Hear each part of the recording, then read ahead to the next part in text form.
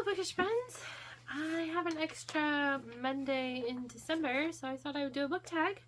My friend Shatona just did this tag. It's called Christmas Carols book tag.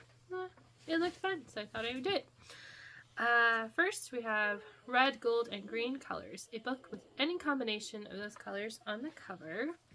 I have Little Women by Louisa May Alcott. It's green and gold, and we'll say those berries are red. And then I have The Secret Garden by Frances Hodgson Burnett.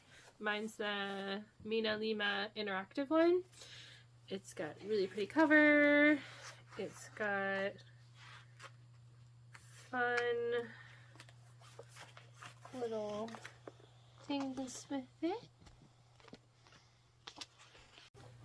And then question number 2, what is your favorite Christmas carol? Pick a book with a title that includes a word from the song title. The easiest one I could think of to do was The First Noel, because I have Heart of Noel or Noel by Shatona Havoc. This is one of her bookstrings novellas. And The Town of Noel, they don't care if you call it Noel during the month of December. It's a fun read. I'm actually thinking about rereading it because it's only 140 some pages. So, but my favorite Christmas carol is actually A Joy to the World, and I have At Home in the World by Tish Oxenreader. She and her husband decide to take their children on like a world tour for a year, and they live out of their backpacks and carry-ons, and it was an interesting read. Question number 3, Christmas Trees, Wreaths, and Evergreen Foliage, a book that features nature as a character.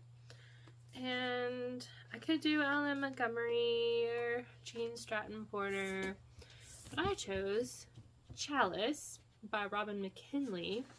And this one, the land is actually somewhat sentient and has to be cared for by I forget. There's like a special magic system set up to care for the land of the different countries, states. So there's the master, Chalice, and their circle who govern the Willow Lands. And this book features the Chalice.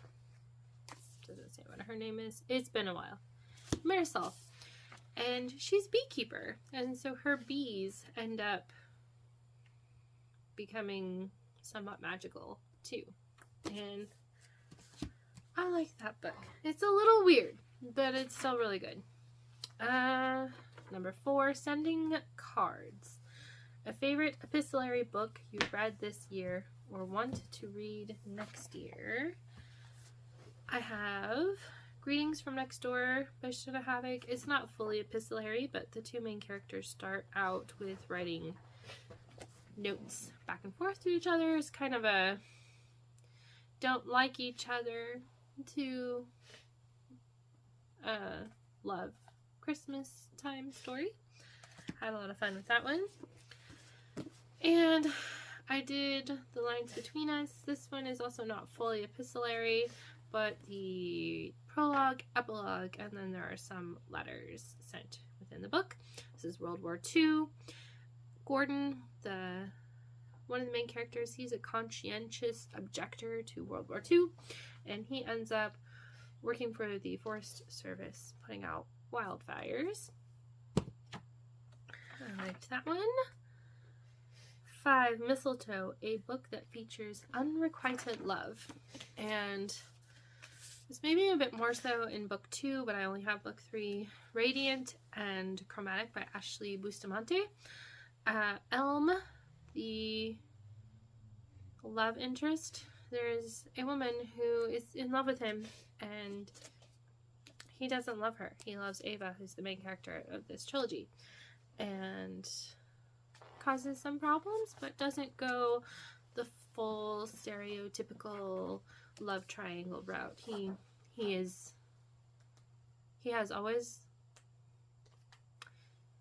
falls in love with Ava, and he never strays from that, despite her insecurities. So, hopefully that wasn't too much of a spoiler. Sorry. Maybe I'll go back and put spoilers. Warning. Santa Claus, a book that features a character who's odd and or a little frightening, but endearing anyway.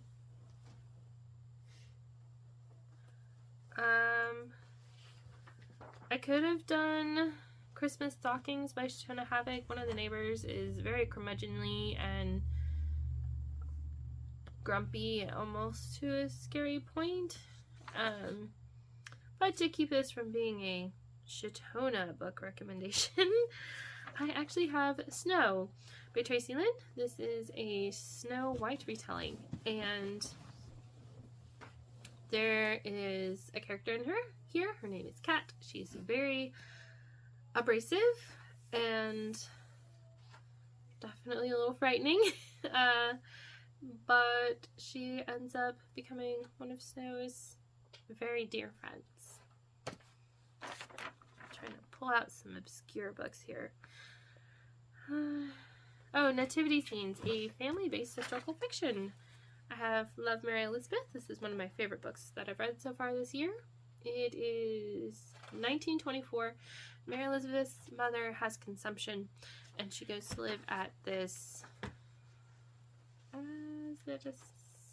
sanatorium that is supposed to help her get better, and it's a bit expensive, so the dad decides to rent out their house and work at this job that is just, he sleeps and he works. So he sends Mary Elizabeth to live with his sister, and Mary Elizabeth is respectful of her aunt and her uncle, and she gets along with her cousin, and she sends letters to her mother and her father. Actually, this would have worked. This would have worked for epistolary. This one actually is like all epistolary. Oh well, I wanted it for this one. And it's wholesome, and the family gets along and loves each other. It's great. Elf on a Shelf, a book on your shelf that catches your eye all the time, but you never pick it up. Poison by Dr. Mark Siddall.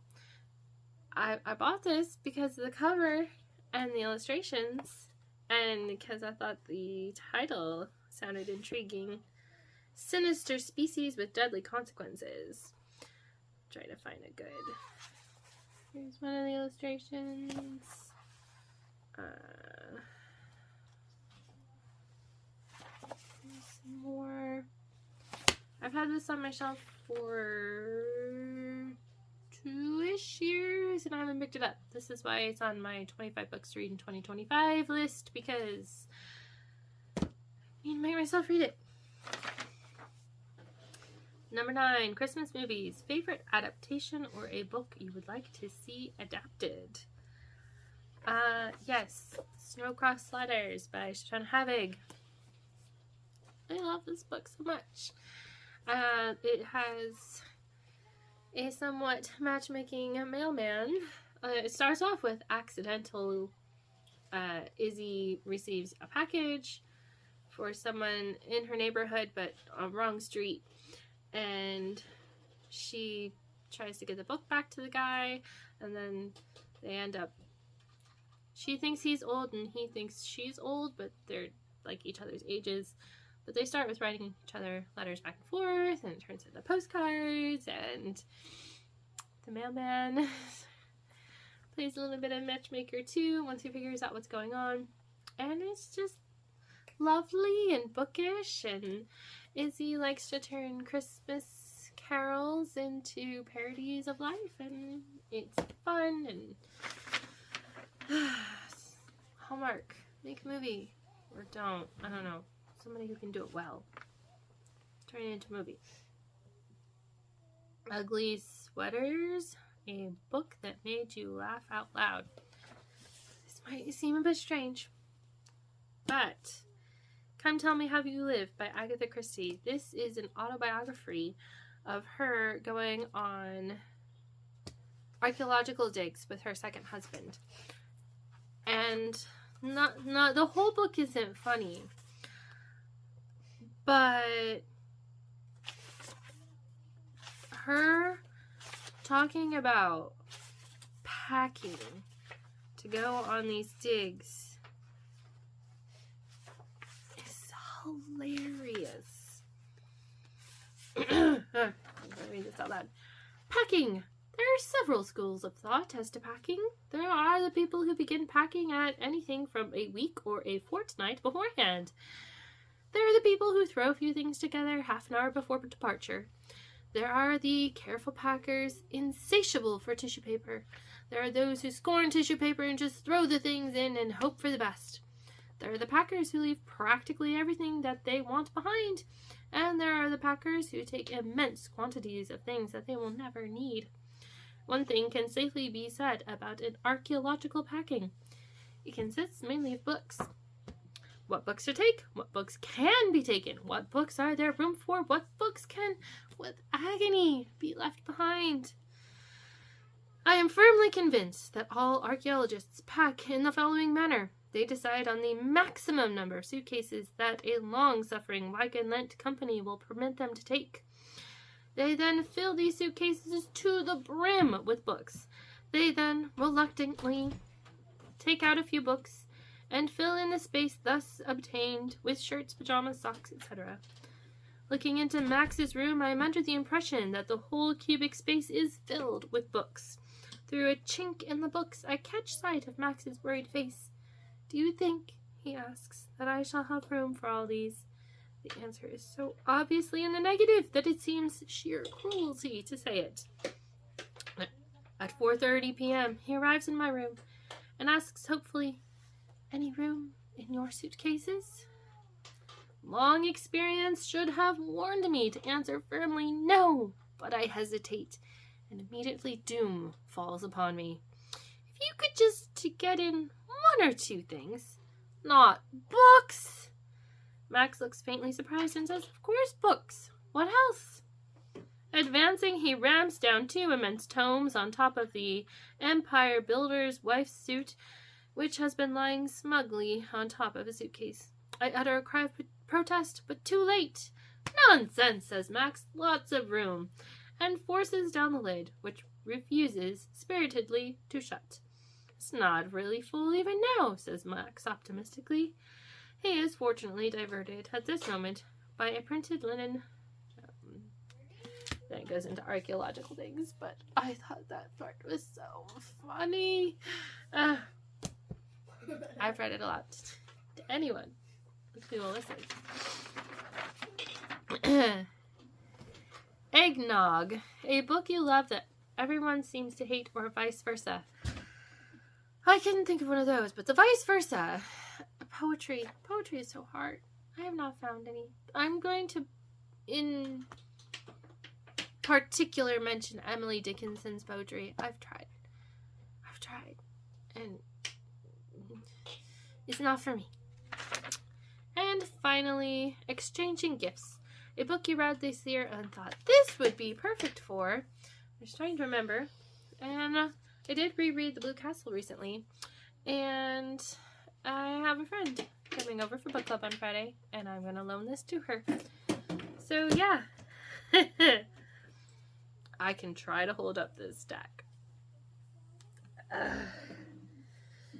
Lots of fun books to talk about. I love talking about books. Okay, let me know if you have any answers to these questions, and I'll see you next week. Happy reading.